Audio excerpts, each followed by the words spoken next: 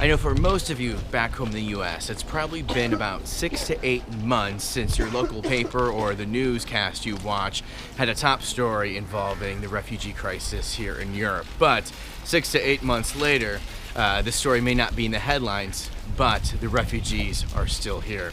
This is a camp in Calais in northern France, and the reason we're here is because later this week a judge may decide to evict hundreds, potentially thousands of refugees living here and bulldoze part of the camp. So these refugees may have to be finding a new home very, very soon.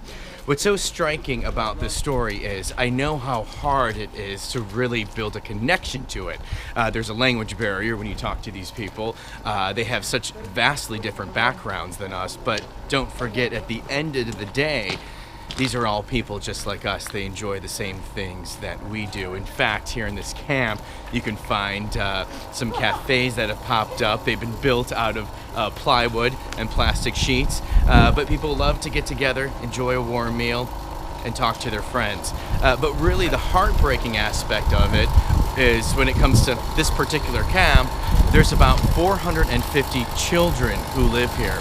Of those 450 children, 300 of them are here living in this camp without a mother or father. These are Afghan boys, mostly Afghan, between the ages of 10 and 17, who in most cases were the oldest son in their family, and out of fear that the Taliban would recruit them or force them into work, the family gathered any money they could to get them smuggled to Europe. Well, imagine yourself at 10 years old on your own in a pit of mud, surrounded by strangers, not knowing anyone, not even receiving a really good formal education, and having to fend for yourself.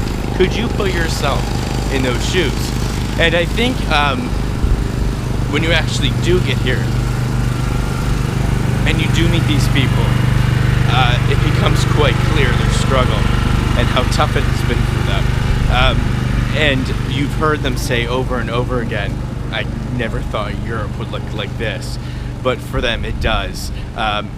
Coming to France doesn't mean touring the Eiffel Tower, strolling down the Champs-Élysées.